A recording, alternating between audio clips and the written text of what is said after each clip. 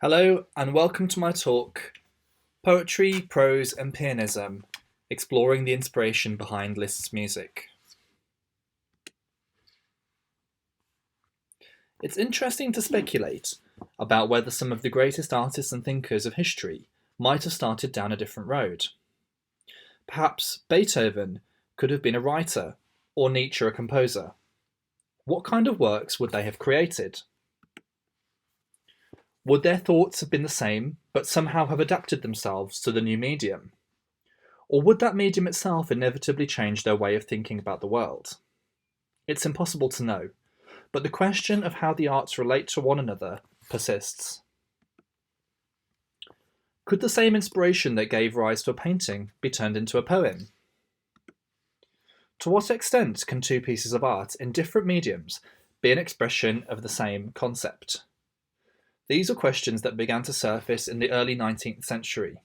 The possibilities of cross-pollination between the arts became for some writers and composers a source of inspiration in itself, and some bold thinkers even began to envision a time where the limitations of language and music could be surpassed through a combination of the two.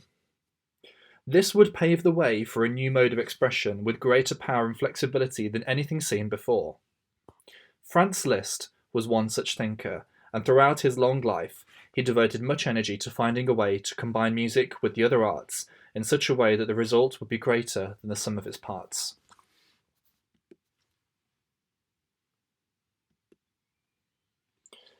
In this talk, I will be analysing two of Liszt's works for solo piano that were written in the spirit of synthesizing literature and music.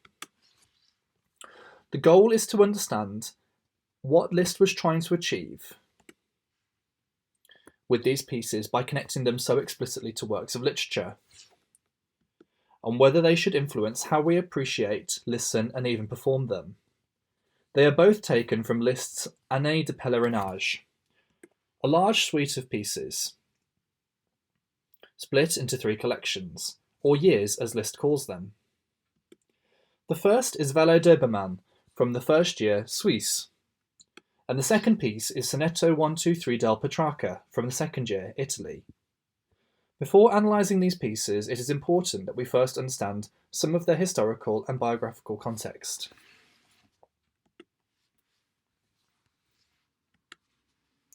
Annee de Pelerinage is a reference to the work Wilhelm Meister's Lehrjahre, or Wilhelm Meister's Journeying Years, by Johann Wolfgang von Goethe. This novel follows the journey of the fictional protagonist Wilhelm as he leaves home and searches for deeper fulfillment in his life through travel and self-discovery. It was an enormously influential work at the time and captured in writing the desire of many of the young and disillusioned bourgeoisie to break out of the trappings of society, to experience the wider world, and perhaps in the process learn something about themselves.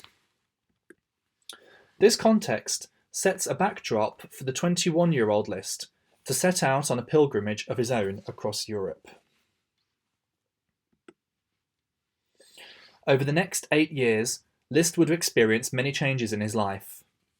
Due to a scandalous affair with the Countess Marie d'Agoult, he would be forced to leave the artistic haven of Paris, moving to Geneva.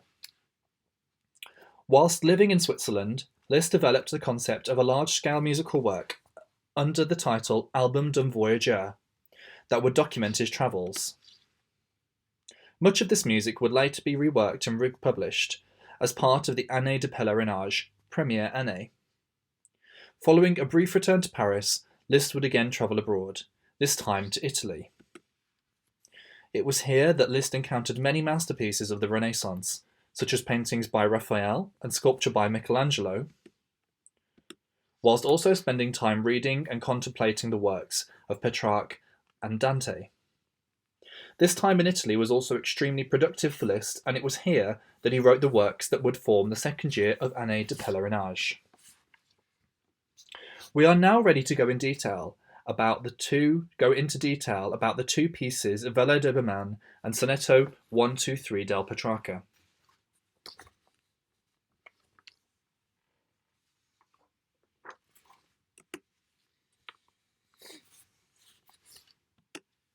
Vallee d'Obermann is the centerpiece of the premiere année. being the longest of the sets. The suite was published in 1855, and Vallee d'Obermann itself was extensively reworked from its appearance in the album D'un Voyageur. In the first edition of Première Année, Vallee d'Obermann is prefaced by a specially commissioned lithograph of an Alpine valley and several extended literary quotations, two in French from Obermann by Senancourt, and one in English from Lord Byron's Childe Harold's Pilgrimage. We can ask at this point why Liszt thought it important to include these quotations. Perhaps Liszt wants us to get a sense of the character, which can only be gained from reading the original text. Maybe it is just out of respect to the source. Or perhaps there is something deeper that tethers the original inspiration and the composition together.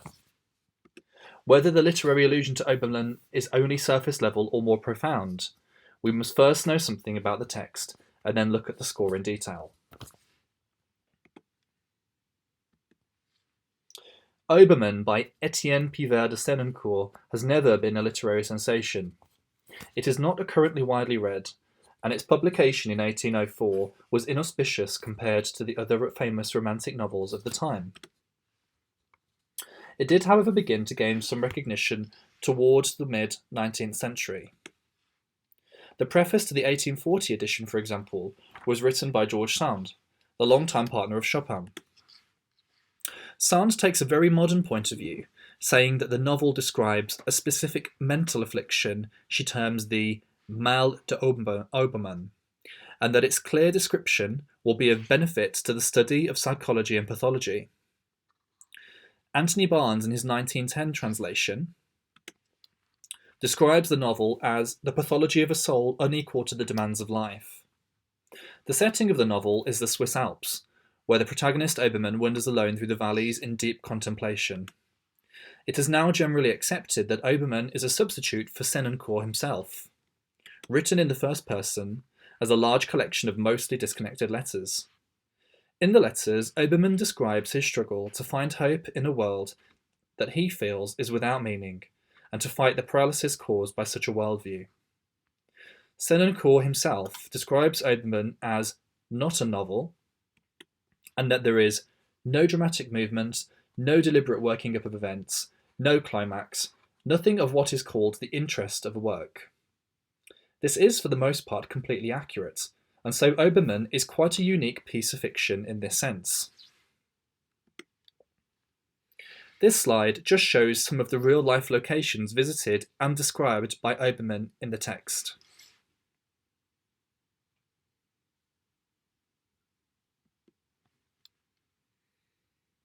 In titling this piece as Vallee d'Obermann, there are two possibilities that we must consider. One, that the piece is an attempt to transliterate the novel from one-to-one into music, or two, that the text only serves as a loose inspiration in terms of mood, emotional tone, and structure. The first possibility is problematic.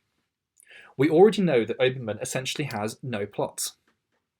This does, however, give Liszt a large degree of freedom when writing Vallee d'Obermann, and goes some way to explaining how the album D'un Voyageur and the Annee de Pelerinage versions can share so much music, so much material and ideas, and yet differ so greatly in their ordering of it. Liszt has essentially had to superimpose some kind of structure onto the underpinnings of Obermann in order to create the dramatic work that he envisioned. Having two versions of a piece is an opportunity to see Liszt's compositional process in action. If we look at the things that the two versions have in common, then we will be able to identify what elements constitute the core response to the text. Three things we will discuss in order are 1. The Obermann motif, 2. The elegiac character, and 3. The journey from angst and uncertainty to ecstasy and triumph. In both pieces we find the extensive use of a motif, which takes the form of a quaver, crotchet, quaver rhythm moving by step. The first version states this from the outset in a declamatory fashion, making it plain that this motif is central to Liszt's idea of the composition, although in the revised version he begins with the motif as just the beginning of a longer melody. Both versions develop this motif extensively, inverting it vertically, augmenting the note values, and diminishing them until the syncopated nature of the motif breaks down and we just have 3 short equal notes. It is not too hard to imagine that this motif may in fact represent Obermann himself, and that its development throughout the piece is symbolic of the evolving thoughts of the protagonist throughout the novel, although we cannot know exactly if this was Liszt's intention. Also, from a practical point of view, the piece is quite episodic in nature, with abrupt changes of style and mood, so having the thread of a consistent motif running through has the effect of binding the music together more strongly. Something that is immediately apparent to the listener is that the music is often oppressively sombre and dark in tone. This is created, for example, at the beginning of the revised version through the repeated use of unexpected modulations between distantly related minor keys. Tracing the harmony, we can see that it cycles through E minor, G minor, B flat minor, F sharp minor, C minor, and then finally back to E minor, all within a single page. This harmonic ambiguity lends the music a restless and lost atmosphere, whilst the oppressiveness of repeated minor key modulations casts a bleak picture. This mirrors the prevailing mood of Obermann in Senancour's work.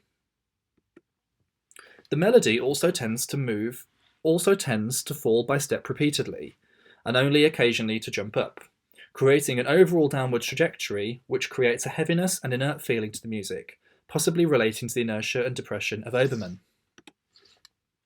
This is contrasted by Liszt in sections where the music is in a major key, and in these places the tonality is relatively stable for longer stretches of time, giving the listener some respite from the melancholy mood of the opening. This alleviation of sadness is largely missing from the novel, but Liszt's desire to create contrast in his music, and therefore make it more interesting, outweighs the need to make a literal retelling. Lastly, for this piece, we will look at the overall trajectory taken from the beginning to end. Across the span of 14 minutes of music, we journey from despair and confusion to exhilaration and joy in the coda. Many of the letters in Obermann do not have such a wide emotional range, but there is one letter near the end that describes a terrifying, near-death experience Obermann has whilst trying to navigate down a mountain in the pitch black, having got lost in a snowstorm. He later reflects that, despite being terrifying, the unity of purpose and simply trying to stay alive brought a kind of thrill and release from his melancholy.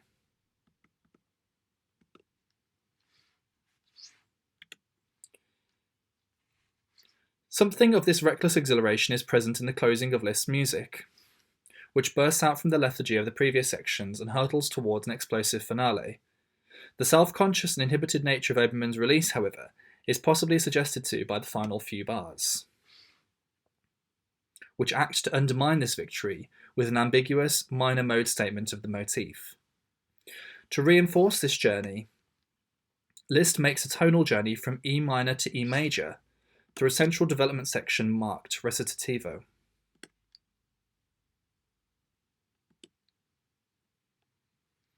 Before moving on to Petrarca, I will just briefly summarise what has been found so far in Obermann. What we have learned from this analysis is that the music and the text have more than a superficial connection. But due to the often abstract nature of the content in Obermann, and the lack of plot, Liszt only has the option to render the text through its mood and atmosphere. This is depicted accurately in some sections, but the need to create a musical journey as well as contrast and variety means that some of the music goes beyond the scope of the text.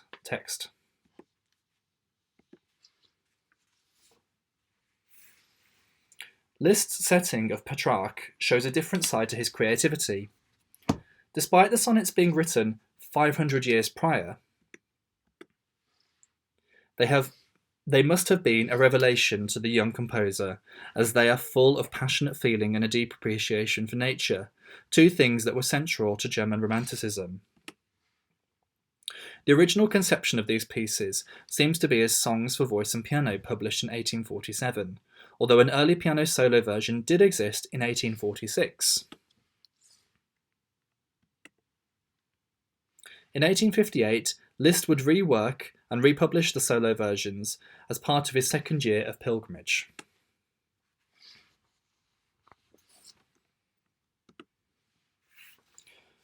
Looking at the piano solo score, you would not necessarily know that a version for voice and piano existed.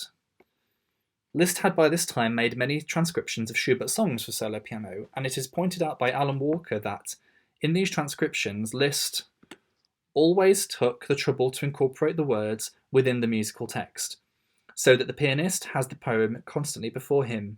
He considered it vital that the player be familiar with the poetry. It is surprising then that the text is absent altogether in the original 1858 Schott publication, only being prefaced by a decorative lithograph depicting a laurel leaf, the symbol of Petrarch's muse and obsession, Laura.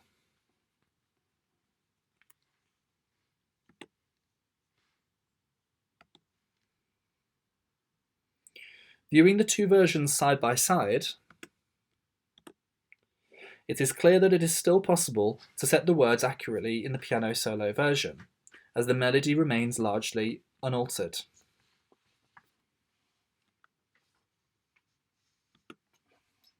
To test this hypothesis, I have annotated my own score with the original poem. Mostly this works fine, but there are a handful of places that are problematic.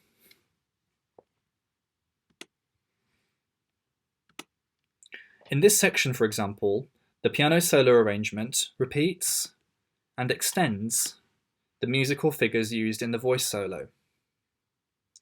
Liszt does this, though, in a way that seems organic, and to the listener it just seems as though Liszt has taken the opportunity to increase the excitement even more in the piano solo version.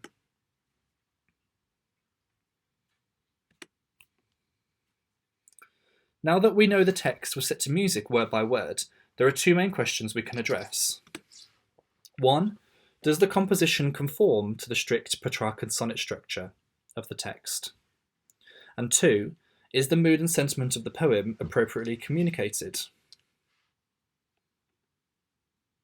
We will, from this point on, only be considering the piano solo version. A Petrarcan sonnet has a very particular structure.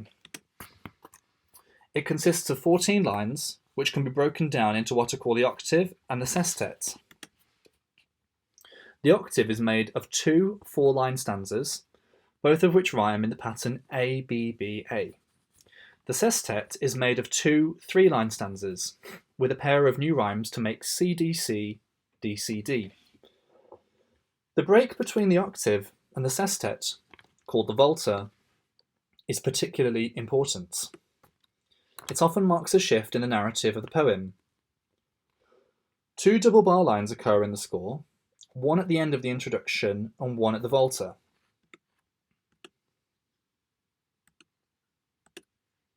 This is a clear indication that Liszt was sensitive to the Petrarcan form. But what about the rhyme and stanza structure? Looking at the musical phrases of the opening verse, we notice that they break up into sections, marked here by diagonal blue lines. I have also indicated how the beginnings of those lines musically rhyme with one another in the form A-B-A-B, not the A-B-B-A scheme of the sonnets. The listener will be aware, though, that there is a rhyme inherent to the structure of the melody, which will convey something of the original poetry, being balanced in groups of 2 and 4.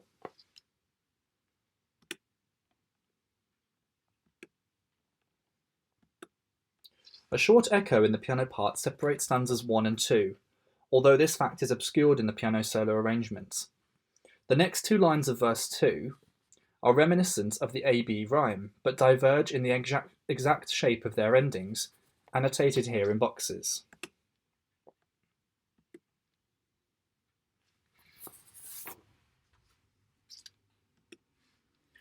The reason for this divergence is that when setting a poem to music, there is a tension between conforming to the rhyme scheme, but also the desire to create variety in music and to respond to the specific words and the sentiment of each line.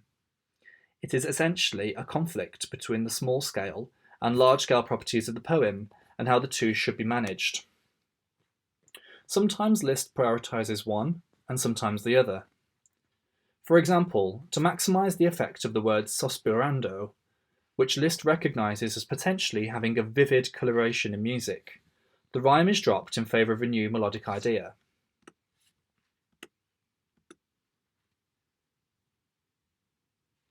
Liszt continues in this way, attempting to reconcile the needs of respecting the sonnet structure, expressing the content of the poem and word choice, and at the same time making a coherent piece of music. Any decisions he makes normally points to one of these instances. However, Liszt does not miss the opportunity to create structure not present in the poem, such as the use of an introduction containing most of the material in the piece, which satisfyingly reappears at the end to bookend the composition. In terms of content, Sonnet 123 is dominated by sensory perceptions rather than logical arguments. It also expresses a certain reverence for nature and in the sounds and sensations of being alive. This very personal approach can be seen in the freedom Liszt allows the performer, through the extensive use of pauses, rallentandos, and the instruction to do a ritenuto a piacere near the end. Liszt also seems to invite the performer to revel in changes of colour by using exotic harmonies and exquisitely voiced chords. There is evidence of word painting too, such as using floating, harp-like arpeggiations that evoke the word angelici,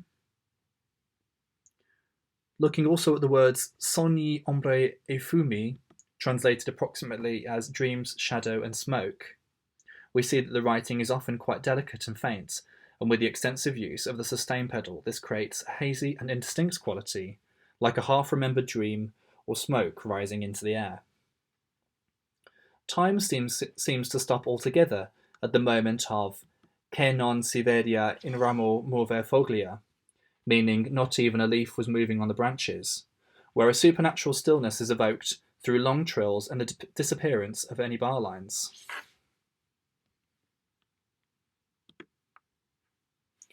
In summary, we can see that Liszt approached the problem of realising the sonnet with incredible creativity.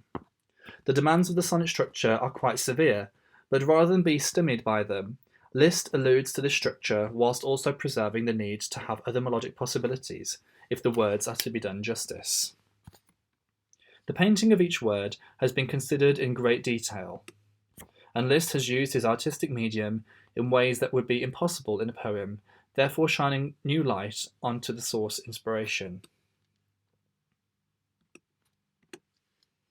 Overall, we can see that Liszt has engaged in a sensitive, creative, and methodical way to approach the issues of representing literature and music. Although much of the writing in Vallee and the Petrarcan sonnet is undeniably Lisztian, this does not exclude the possibility that Liszt took pains to explore how his compositional style could be informed by careful consideration. Craftsmanship is not usually a term that comes immediately to mind when we think of Liszt. We are more likely to think of virtuosity, bravura, technique, and so on. But hopefully I have been able to demonstrate that Liszt took great pains to ensure that these works stood as a true response to his inspirations. So we should make the effort when listening to these kinds of works to wonder what other connections there might be behind the surface, so that these discoveries will enrich our appreciation of these masterpieces of the piano repertoire. Thank you.